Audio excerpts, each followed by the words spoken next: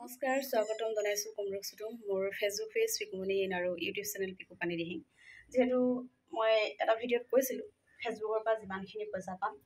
যিমান পাৰোঁ যেনেকৈ পাৰোঁ গছ ৰোপণৰ কাম কৰিম বুলি গতিকে আজিৰ পৰা ষ্টাৰ্ট কৰিছোঁ এয়া জালনা আনি ল'লোঁ যিহেতু গছজোপা তাৰমানে চিকিউৰ হ'ব লাগে কাৰণে আৰু এয়া দুজোপা আমলখি কাটিং কৰা দুজোপা আমলখি লৈ লৈছোঁ এতিয়া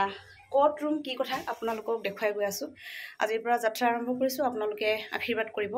আজি দুজোপা কাইলৈ চাৰিজোপা তেনেকৈ আগবঢ়াই যাতে লৈ যাব পাৰোঁ এতিয়া গৈ থাকোঁ আমি আমাৰ যাত্ৰা পথিত এতিয়া যাত্ৰা কৰিব বিচাৰিছোঁ গতিকে আপোনালোকে আশীৰ্বাদ কৰিব বুলি আশা কৰিছোঁ তেন্তে আপোনালোকে চাই থাকিব দা লৈ লৈছোঁ ভৰাই লৈছোঁ বস্তাত এয়া দুডালমান বাঁহ লৈ কৰিছে এয়া জালনাটো লৈ গৈছে মই আৰু এনেকৈ বাঁহ গছ দা কটাৰী লৈ গৈছোঁ এয়া প্ৰকৃতিৰ ৰুণীয়া হিচাপে মোৰ প্ৰথমটি যাত্ৰা এয়া আৰম্ভ কৰিছোঁ আজি 31 আগষ্ট হয়তো ভিডিঅ' যাওঁতেই দুদিনমান দেৰি হ'বও পাৰে 31 আগষ্ট দেওবাৰ এই বিশেষ দিনটো বাছি লোৱাৰ এটা কাৰণ আছে আৰু গছ ক'ত ৰুম এই যে আপোনালোকক কৈছিলোঁ মই পঢ়ি অহা শিৱসাগৰ বিলাসীত বৰফুকন মহাবিদ্যালয়ৰ পৰাই গছ ৰোপণৰ কাম আৰম্ভ কৰিব বিচাৰিছোঁ আজি 31 আগষ্ট দেওবাৰ এই দিনটো বাছি লোৱাৰ কাৰণটো আপোনালোকক জনাই আছোঁ ৰ'ব কলেজ আহি পালোহি যদিও দেওবাৰ মুক্ত বিশ্ববিদ্যালয়ৰ ছাত্ৰ ছাত্ৰী ক্লাছ চলি আছে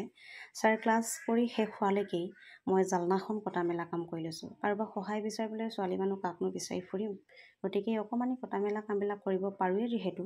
এতিয়াই কটা মেলা কাম কৰি লৈছোঁ আৰু এই ক্ষণটোত মোক সহযোগিতা কৰি আছে মোৰ ভতিজী লুচনিমা ইং তেওঁলৈ ধন্যবাদ থাকিল এয়া কটা মেলা কাম আৰম্ভ কৰিছোঁ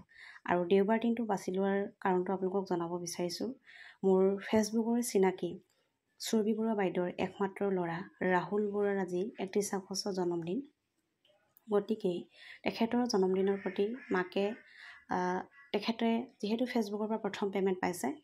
তেওঁৰ জন্মদিনত গছটো কলেজ বা স্কুল কলেজত ৰোপণ কৰা এটা তেওঁ চিন্তা কৰিছিলে তেওঁৰ চিন্তা যেনেকৈ কৰিছিলে যেনেকৈ আশা কৰিছিলে তেনেকৈ ফুলফিল হ'ল এয়া প্ৰথম গছজোপা ৰাহুল বৰুৱাৰ নামত ৰোপণ কৰিছোঁ ৰাহুল বৰুৱা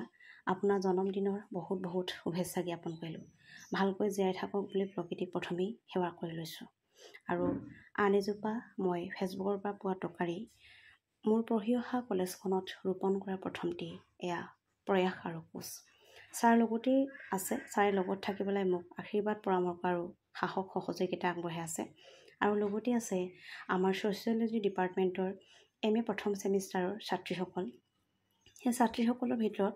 মোৰ এগৰাকী কম্পিউটাৰ ছাত্ৰী আছে তেওঁ মোক চিনাকি দিছে মেম আপোনাক মই চিনি পাইছোঁ মোক আপুনি কম্পিউটাৰ পঢ়াইছিলে বহুত ভাল লাগিল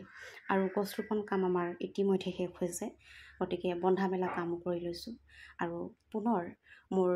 শ্ৰদ্ধাৰ সন্মানীয় ডক্টৰ সীমান্ত বৰুৱা ছাৰ আপোনাক ধন্যবাদ জনাইছোঁ এয়া ৰোপণ কৰাৰ পাছত মই পানী অলপ ঢালি সেৱা কৰি লৈছোঁ ভালকৈ জীয়াই থাকক প্ৰকৃতি সেউজীয়া হৈ থাকক আৰু পুনৰবাৰ মোৰ মহাবিদ্যালয়ৰ শিক্ষাগুৰুসকলক ধন্যবাদ জনাইছোঁ মহাবিদ্যালয়খনৰ কৰ্মকৰ্তাক ধন্যবাদ জনাইছোঁ আৰু ছাৰৰ লগত দুটামান কথা পাতিবৰ কাৰণে এয়া ছাৰ এখেত হৈছে ডক্টৰ সীমান্ত বৰুৱা এখেতে খুব ধুনীয়াকৈ মোক সাহস আৰু পৰামৰ্শ আগবঢ়াইছে ছাৰ আপোনাক ধন্যবাদ জনাইছোঁ ব্যস্ততাৰ মাজতো আপুনি মোক ইমান সময় দিলে আৰু MA প্ৰথম ছেমিষ্টাৰ ছাত্ৰীসকলকো ধন্যবাদ জনালোঁ এতিয়া আমি ঘৰলৈ উভতনি কৰিব বিচাৰিছোঁ এয়া হৈছে বিলাসীত বৰফুকন মহাবিদ্যালয় পুনৰ আপোনালোকক ক'ব বিচাৰোঁ গছ ৰোপণ কৰক গছ নাকাটিব প্ৰকৃতি থাকিলেহে আমি থাকিম প্ৰকৃতিৰ অবিহনে আমি কোনো নহয় আমাৰ ধুনীয়া উশাহটি এই ধুনীয়া শৰীৰটি বিলীন হ'ব প্ৰকৃতিৰ লগত গতিকে কাৰো কথা চিন্তা নকৰিলেও নিজৰ উশাহটি আৰু নিজৰ ধুনীয়া শৰীৰটোৰ কথা চিন্তা কৰি আপোনালোকে গছ ৰোপণ কৰক গছ নাকাটিব প্ৰকৃতিক সেউজীয়া কৰিবৰ কাৰণে আপোনালোকে প্ৰয়াস কৰক ধন্যবাদ জনালোঁ বিলাসীত বৰফুকন মহাবিদ্যালয়ৰ মোৰ শিক্ষাগুৰুসকল কৰ্মকৰ্তাসকল আৰু মহাবিদ্যালয়খনক চেলুট জনাইছোঁ গছ ৰোপণ কৰক গছ নাকাটিব ধন্যবাদ থাকিল আপোনালোক সকলোলৈ